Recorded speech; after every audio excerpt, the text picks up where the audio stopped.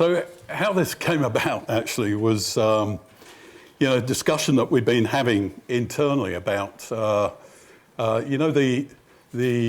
adage, be careful what you wish for, and it's come to pass. And many members are rightfully saying to us, well, what the hell is next? What are you going to do? So this presentation is shamelessly a little bit of internal stuff about what we think about where we are in this position or how we got here in the first place. But it's also actually picking up on some of the presentations earlier today in terms of some of the data and where things have not quite gone too well for the profession. You might ask, does the profession actually need to move forwards? If many of you are, I don't think anybody's as old as I am, but many of you are getting into that bell curve of age and probably saying, well, I'm quite happy with my lot and have been. So does it need to move forwards? We'll find out.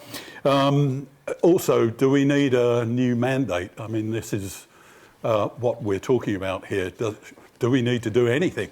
We just carry on smiling and have a thing in a glass case out by the stand. And then what's the plan? Are clear questions that you might be asking yourself. So that was the fresh mandate. Has anybody mentioned the Royal Charter to you today? I say that obviously tongue-in-cheek. You probably know it took us 3 years to get, or damn near 3 years. The key thing I wanted to mention and why it's on here is the reason we have got Charter, and the process is incredibly detailed. Many people in both government, authorities on the subject and in the corporates are asked their opinions on whether an organisation like us is worthy of getting Charter. And we have to meet certain requirements. But the biggest requirement, why I've got this on here, is that we had to show to the Privy Council and ultimately to Her Majesty that we are in the public interest. What we do and who we serve and the outcome of what we do is in the public interest. That was the single most important factor that got us Charter. As you may know, other organisations are issuing chartered accreditations for individuals, BCS being one, the IET.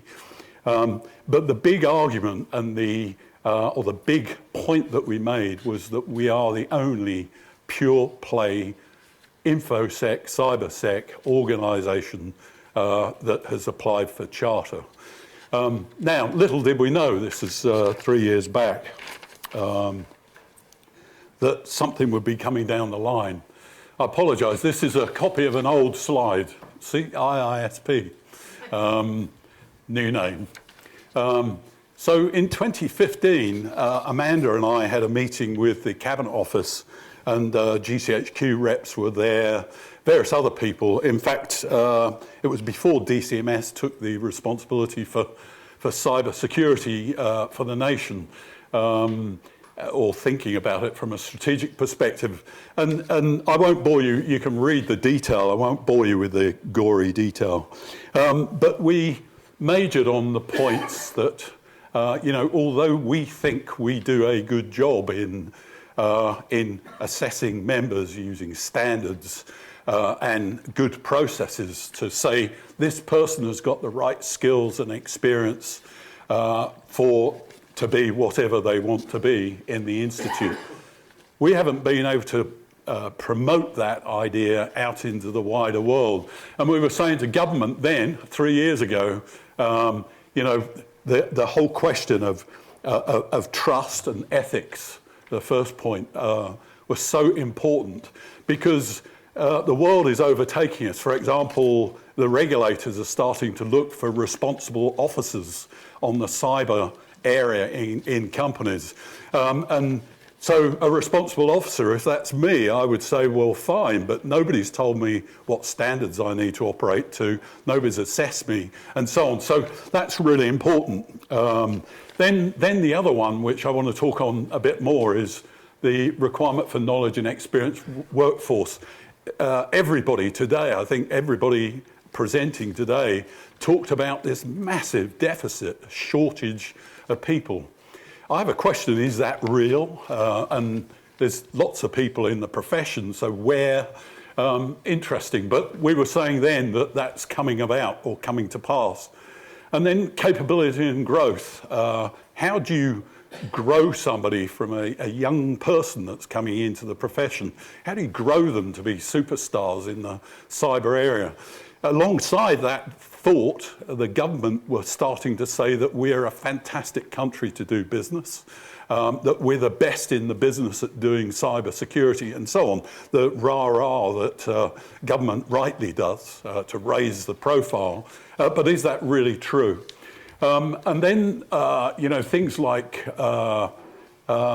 very many stakeholders, corporates, government themselves, academia, and so on, other institutions, are saying now is the good time to move us from being effectively an occupation of people that are interested in their jobs into something that is on a firm foundation, something where you can have accountability and responsibility. And then no professional standards and certification and qualifications are mind-blowing. I mean, you've seen people with post-nominals that take a whole A4 page before you get to the content. It's that sort of thing. What should you do? Who should you employ? What letters should they have after their name type stuff? So the upshot of this was that it's interesting. I don't think we gave them the idea that this was badly needed. I think others were also saying the same thing. But it has been a catalyst for what became the National Cybersecurity Strategy relating to the profession. But it's not just this. And actually, you've heard from some of the earlier speakers, if you were in here this morning, wrong way, that there's a crisis. So what crisis? Now, this, I love data slides, I'm sure you do, right? This is a factoid, and if you know what factoids means, the dictionary definition is if you say it enough, people will believe it, and you can keep saying it, right? There's a few facts on here, but why I've said that, being honest about it, is that actually I started to do this as a serious bit of research as to whether there are real numbers relating to the cybersecurity profession. And there aren't. People talk about them, but they're all factoids. You can tell if you look at a long enough trail where the numbers have come from. There are some real numbers, like UK employment, 32.7 million. Of those, 27 million are employees. That means 5 million or thereabouts are self-employed. There is 5.7 million UK businesses. This is end of 2018 numbers. Now, a real surprising thing, and this is starting to influence our thinking in the Institute, is that only 8,000 of that 5.7 million, 8,000 businesses qualify as large businesses. And by large, that means more than 250 employees, which isn't large, is it, right? So, but nevertheless, that 8,000 businesses employ 10.7 million, have 10.7 million employees. You'll see the relevance of this in a minute. Add to that 1.7 million in the NHS, you can read that. So that adds up to a hell of a lot, right? That's the real official data point, a hell of a lot. Now, of that number, which is about 13 million, there are 3.4 million and rising rapidly IT or technology roles in UK business. And it's rising because of the nature of, we've all heard today, this incredible shift in financial services, almost every industry, to technology. Whatever they do, they're backing out with technology. So that's not greatly surprising. Now, here's where the really interesting stuff comes out. So the best number I can get, and that was from the Office of National Statistics, who haven't published it yet. If there's anybody from ONS here, don't tell me off, but was 59,000 practitioners in the corporate world. Security practitioners I'm talking about, cyber security as they flag them. There's also about 40,000 people that are designing security systems, design and build. They're working for Raytheon, for Symantec and so on in the UK. And there's 11K government figures in government and forces, cyber security people. That represents about 0.3 of that 32.7 million, that 10.7 million number of people that are employed. It's quite small. If I told you that that's 1/15 of that same calculation, but on US numbers, it's 1/15 in ratio terms. So they have 15 times as many cyber security people as we do, based on the overall population and their and various other factors I've talked about. Now, for us, we talk about our membership being 7,000, and that's based on about almost 4,000 individual members, and then members that are members through the corporates. And that's an accurate number. That's actually the number we put in the charter because they wanted to know whether we were representative. And it's 12% of that 59 number, that actually the 110 number over there. It's 6% of some other bloody number. I can't remember which one it was. But the point I'm trying to make is it's woefully low. And that's something that occupies our minds. It might not occupy your mind, but it is woefully low. And if you and we're the biggest of any institution, I believe. I have that on good authority. We beat the others by significant magnitude in terms of members that are full-time cyber security professionals. Couple that with 11,500 unfilled roles. That was the ONS again, and the Joint Parliamentary Security Committee. 11,500 unfilled roles. A 9.5 demand growth, which will mean in 9 years' time, we'll have to have double the 110,000 security practitioners if those numbers are right. And then we've got, as is typified here, excuse me for saying, a slightly aging profession, right, where 34% are in this age group. In other words, what's called the pre-retirement group. Right, that plus there's 17% annual churn, and in financial services it's 23%, according to City UK.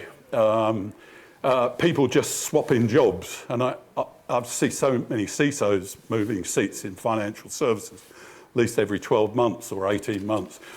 And then to really bring it home, this number may be wrong, but it's close to 2,800 graduates and postgraduates and apprentices per year coming into the system. Hopefully you can see that there's something fundamentally wrong with that, right? It's a big deal. And when I presented this to the Cabinet Office about 4 weeks ago, they were particularly worried about these numbers because it sort of is inconsistent with a national cybersecurity strategy. So that's not all, right? Both Floris van den Doel and Sir Rob from Deloitte talked about not the fog of the battle, that's my words, but, and Rob Carolina said, we're crap at security, right? I shouldn't have used those words, but But there are issues. I say that because, maybe you're like me, the eternal optimist. I've been in a profession or in technology for 30 years, and we're always going to win the battle, but we never do, right? We're always pushing the can down the road. We'll fix it eventually. Will we? And I don't think we will, because the fundamentals that somebody talked about earlier are too difficult, the software is too complex, the symmetry of attack, you've heard of all this stuff. Don't think you heard about weaponized tools, the exponential complexity, dependency, and so on. You know that. You're like me, you've heard it many, many times. But do we really understand the resource situation and the skills and the poor training? And we don't. We don't know the numbers. We don't know the spread of the problem. And if you link that and you say, well, is that really an issue? This is a much repeated statistic, so I'm shamelessly using it. 88% of all cyber or InfoSec problems, declarable problems, are all due to data breaches because of the human factor, right? That's either insiders doing naughty things, or it's insiders doing dim things, or not being properly trained, which is probably the majority of it. So, that's a real big deal. And that's a really telling thing for us as an institute to get this message over. Well, first of all, we need to be absolutely sure of the numbers. But actually, I went back, and if you look at the breach report for 2017, 2018, it stacks up. They're nearly always human error type things. So should we be really worried about the technology side and so on? Yes, but we should be damn sight more worried about this and the consequences of this. Here's another point. This was a real incredible eye-opener for me. And this was really reliable data. I highly respect Ipsos Mori. They did some social research on cyber, the whole cyber profession. You can see it. You can take a look at it. But they did it. It was commissioned by DCMS, Department of Culture, Media and Sport. Now, why I say it's a real eye-opener is this top category here, and the colours are business, charity, you can see all that.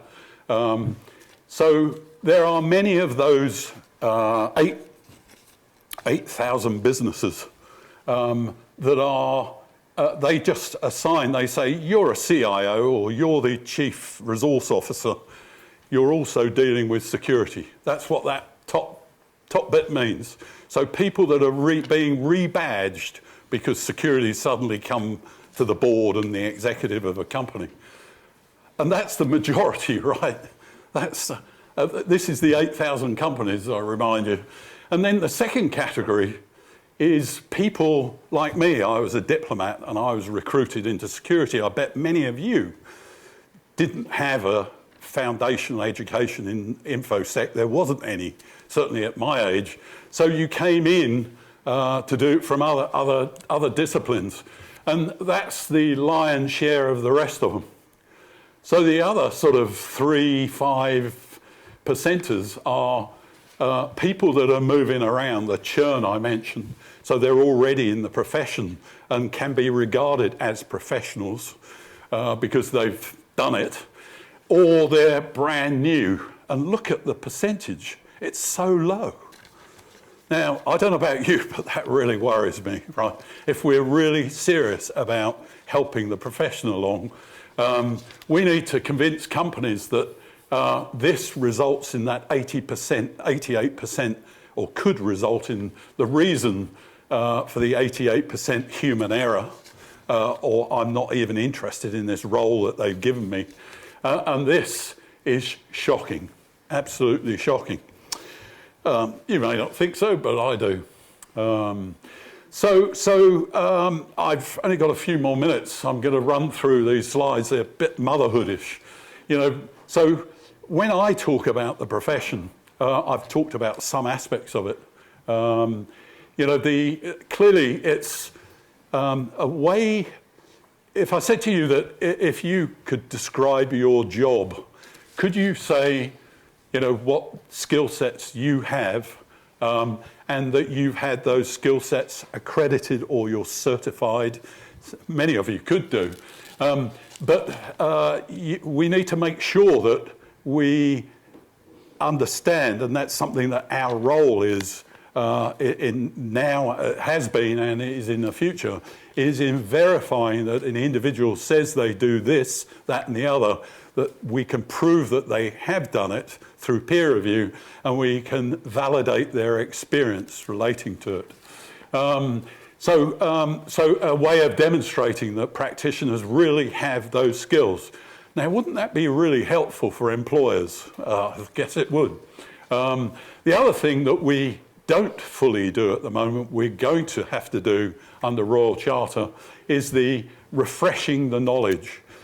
We hope people do it. We hope people stay current, but you get full membership and you stay with full membership even if you're now doing gardening instead of security. So there needs to be that continuing education. Right skills, ability to show they possess them. This was the other thing. Very early on, we were saying in 2015, there needed to be a common body of knowledge so that you could actually delineate what people want to do, the different disciplines within the overall cybersecurity InfoSec community, and work against accrediting people against those individual skills that are set out in that common body of knowledge. And then we should be looking, if we're serious about professionalising, ways to provide the skills through education and training. Education is not so much of a problem. I mean, many of you, some of you here are from university centres of excellence in cyber. We're actually here in one. But it's the training programs and the continuous training and making sure that training is synced up with a common body of knowledge and that the courses are relevant to build the types of skills and so on. And then a way of accrediting this process. So the bottom line is, as a professional, I want to be recognised for my skills and capabilities. If I'm going to be held responsible for doing them, I want to be recognised as well as being held with a cosh. And I want to have clarity. If I'm a young cybersecurity professional, which I'm not, I want to have clarity about which part of the profession I'm going in and how I can get where I want to be and what the opportunities are. And these foundations actually are in place for many of the other professions, engineering, medicine and so on. We don't have them yet, not in their entirety. We also need to nurture professionals, so it goes without saying. I'll pass by this slide in the interest of time, other than saying, one comment that has come out of this process is that people getting onto the career ladder find it really difficult to understand where they're going, where they need to progress to reach the heights of the profession, to raise the bar of standards for the profession. And that's something that I think we as an institute need to be doing. We need to focus, dare I say it, not less on the established practitioners in this industry area, such as yourselves, but we need to put much greater emphasis on showing younger people what it's like to be in the profession. Goes without saying, maybe. And then the early educational imperative. I was quite shocked, some other data, which I've put just a little bit on here, talking to Department of Education about some of the survey that they've been doing around cybersecurity in schools. Many schools now are aware of Cyber First, of the cyber schooling initiatives. But none of the career masters in schools seem to understand that cybersecurity is a profession, what it is, what the benefits are, and that it's actually a fantastic and exciting career. And that then passes on or blends into the fact that many of the parents can't find out that it's a legitimate profession, that it's, the benefits far outweigh the risks and so on. So teachers aren't to blame. They're not equipped with the knowledge about what's needed. And so we need to convey, if we've got the common body of knowledge and we've got, very clear structures around what we do and why we do it, we need to reach out at this level if we're going to solve that problem of new entrants into the profession that I mentioned earlier. These are the final two slides. We are doing a new mandate. It would be dishonest for me to say that it's on the table at the moment. We're in the process of, this is a top level process of saying, we know we do this. These are the things, in essence, we don't yet do. And that's what we must do. So I'll leave you with that thought. We also need to get bigger, restructure a bit. We have a single focus on accreditation and getting people through membership stream. But we actually need to do a lot more knowledge promotion. We probably need branches if we get to the scale we want to. We've got boards and committees. Boy, do we need more women, respect to the women that are here. And actually, I'm not so sure that the whole diversity thing, gender diversity, is the issue. Surprisingly, maybe to you, what is the issue is we haven't got enough of anybody, let alone gender diversity. So we really need to work out and start somewhere, and that would be a good place to start. Young person and recognition. So, final slide. I started off by saying the Royal Charter was given to us because it's in the public interest. And then I said we need to be careful what we wished for, and we've got it. So here's the obvious. It's a significant step and will change us. I think Amanda said that. I'll blame Amanda. It will change us. It's if we have two options, maybe more options. We either cruise and say it's not going to change, we'll just carry on as we are. But I don't think that we will win much credibility with our government friends and with the corporates if we don't do something. We've been given this wonderful treat, if you like, that will change the nature of what we do. And if we don't exploit it, then we're going to lose the faith of the community. So we can adapt to those exciting responsibilities. We've got different expectations, and there's a lot of initiatives that are already on. One thing I neglected to mention was, other than in the intro this morning, was that we're not alone in trying to do this now. We're trying to shape the profession. If you may or may not know, we've joined forces in an alliance with the other bodies like CRESS, the BCS, IET, and so on, formed an alliance, and that's the way forward for us. It's going to be quite painful in a way in terms of demarcation of who's doing what and the competitive influences, but so far, so good. It's working. So thank you very much for listening to me. I hope this is food for thought for you all. That's all it was intended to do. So thanks a lot.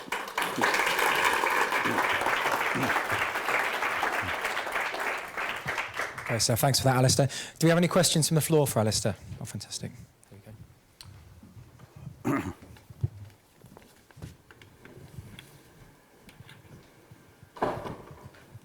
we go. Thanks for that, very useful.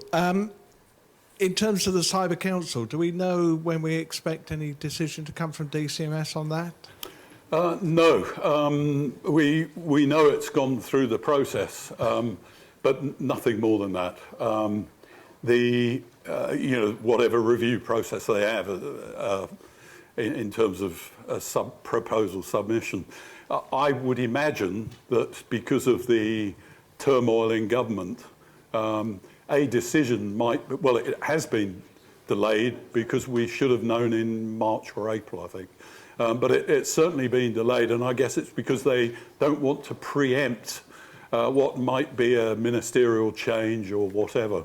But it's there ready for them to push the button, I guess, and I know nothing more than that.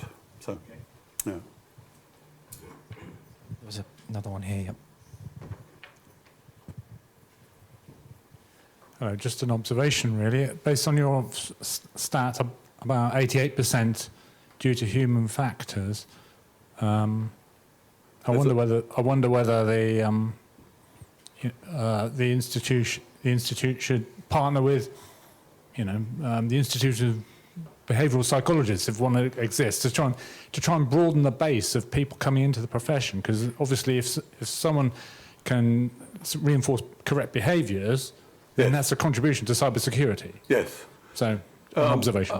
I couldn't agree more. One of the problems we have is, at the moment, it's a nice problem to have. If we partner with people, who should we partner with people? And I could give you at least 10 names, Institute of Personnel Management and so on. You've just named another. There's the Institute of Project Management and so on. But the real challenge is these grand ambitions. We are still what we were 2 years ago, right? And so, having discussions with another body, which always get quite serious in, well, what do you really want to do and so on, takes a lot of time. So I'm not making excuses. I'm just saying that we do want to do that. We want to weigh up who it really makes sense for us to buddy up to, and set discussions in place to make that happen. So if anybody has access or would like to be involved, we'd welcome input from anybody on the team. So, yeah.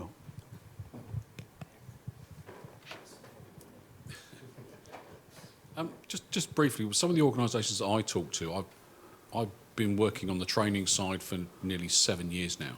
Yes. I've never come across an organisation that spends more than 2% of their security budget on education. No. How do we persuade the boards that this is an issue that can't be fixed by shiny boxes?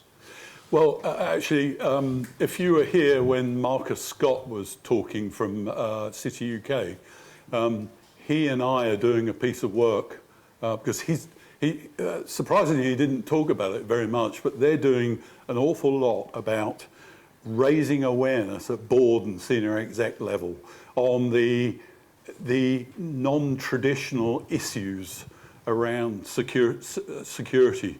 They almost like either the consequential issues or the driving issues.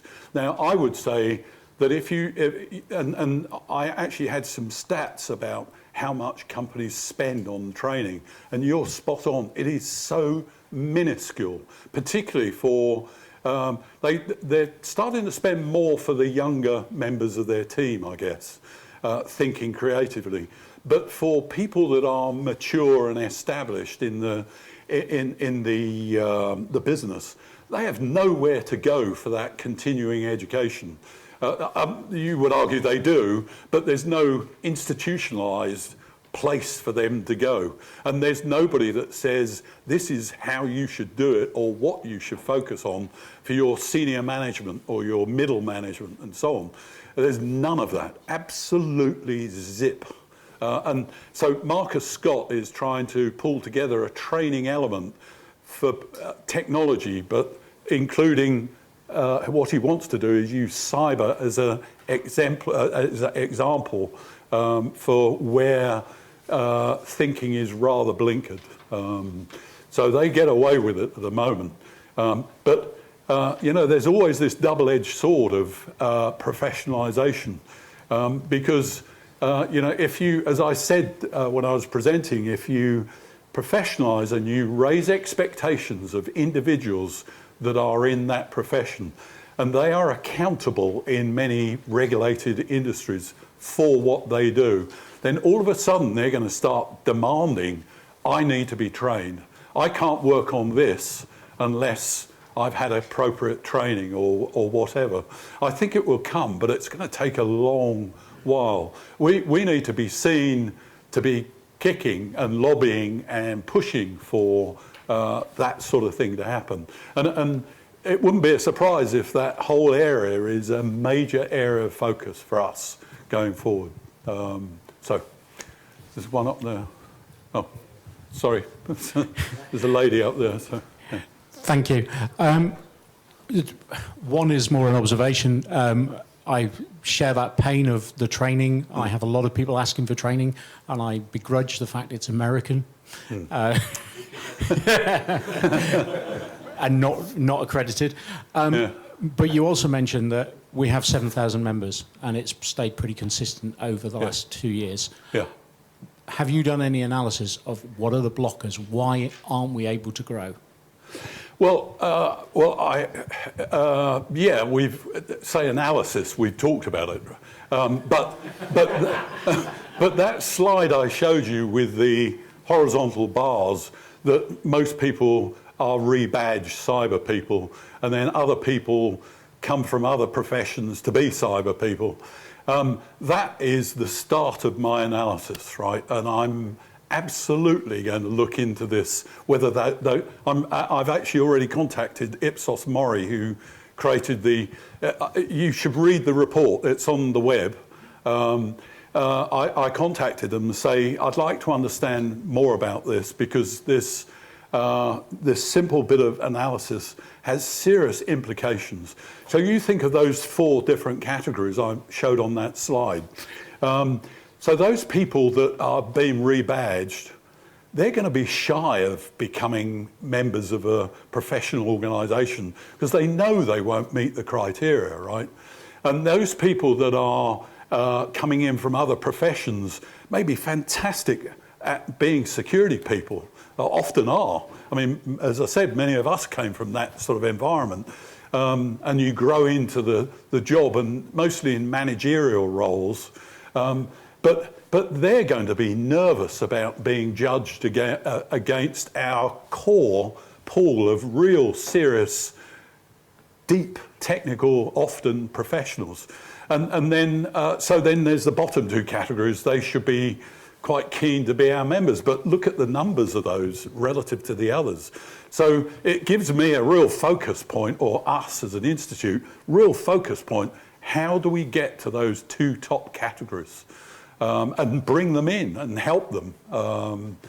You know, maybe they don't want helping, but so that could be a real limiter on our ambitions to ever get to, you know, to 80% of the profession. It won't happen unless we can convince them that there's a role to play. I'm between you and having a drink. Yeah, I was going to say, there's a lady there at the back over there. One quick one. very here. keen to. Okay. I think it was great to see you mentioning all the attacked markets, like the gas and STEM and all that. But it's interesting that when we look at the composition of the board, it's all white men. Yes. So I was wondering, you know, you've done all this fantastic analysis and all that, but you already have something that you can address really quickly. Yes. You've got something like Yeah. that. Yes, I couldn't agree more. I mean, it's. I guess my commentary was about the practitioners, not the decision makers. But you're absolutely right. I shouldn't admit. Yeah, it percolates down from the top, and unless we've got diversity at the top, I mean, you may have read. This is such a huge, again, a huge topic with the tick in the box discussions that are going on in the press at the moment. You know, there's only 5 or 6 FTSE 100 CEOs that are female, and And, you know, 2 of those have come out and said, well, you know, I haven't got future prospects, and I probably was just put in this position because I am a female and they needed to satisfy some of the numbers or whatever. It's wrong, and that's something, again, we should be lobbying for. But it goes back to my point, if I may, you know, about embracing the school-level education.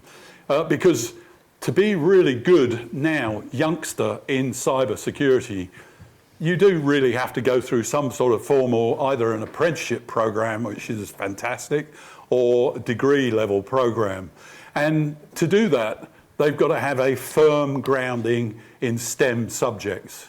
And you ladies will know that one of the worst aspects of lack of diversity is, or attraction for the diversity groups, is that they don't want to do STEM subjects at school. And that's a major impediment to going through that whole career supply chain of people. Sorry, have I opened up Pandora's box here? Yes? Right. Yeah, please.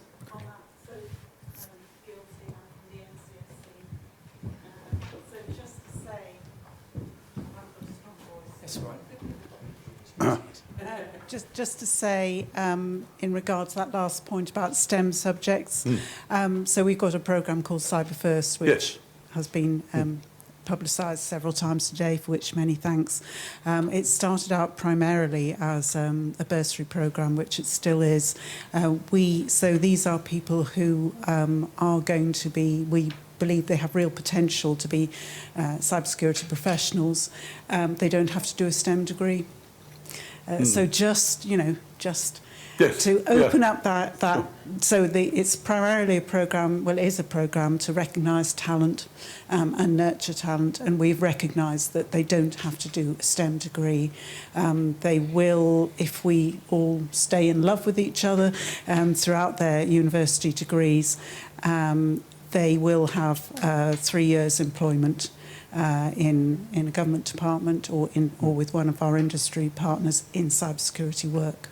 So just don't just go for STEM. That's all. Well, thanks for the clarification. But there's a chap who's been waiting for about 10 minutes, so he's our final. Sorry. So we've got, rather than 2020, this is 30-30, as in seconds. So I probably don't need the mic either. I've got quite a loud voice. My name's Laurie Abercrombie from Arcanum. I'm going to propose something that's probably unfashionable. I don't believe that training is the big issue. So fairly recently, I was involved in working for a big corporate, and they had 800 employees, and they had a problem with phishing. So they recognised that a problem. They had a very, very good campaign over a 3-month period. Everyone went to lectures. Everyone saw the posters that were around, all the awareness stuff. Everyone signed, so they'd done something. And then we went in and did a phishing campaign. And it was very, very low level. It was, dear users, your account is compromised. You must click below. You know, that sort of level, and it was supposed to be progressive. That was the first one. So, and everyone knew it was coming. They were all told. How many people out of 100 clicked on that within the first minute? A lot, I should think. 600. But that was they had a really, really good, comprehensive education and training package. Yeah. Right. So we said to the company in the end, there's an easy way of doing this. Put some tech controls on. Don't let administrators have so and so. So training isn't the only answer. No, I didn't say it was. I said that it's a big part of it, though. I'm not sure it is, you see. I think it's a whole lot of tech stuff that you get on the training. is it not more holistic training? Because there are other people, like you said there, about implementation of technical controls. That's education of our own community. Yes. As to, we can, over wine or beer, I imagine we can discuss that further. So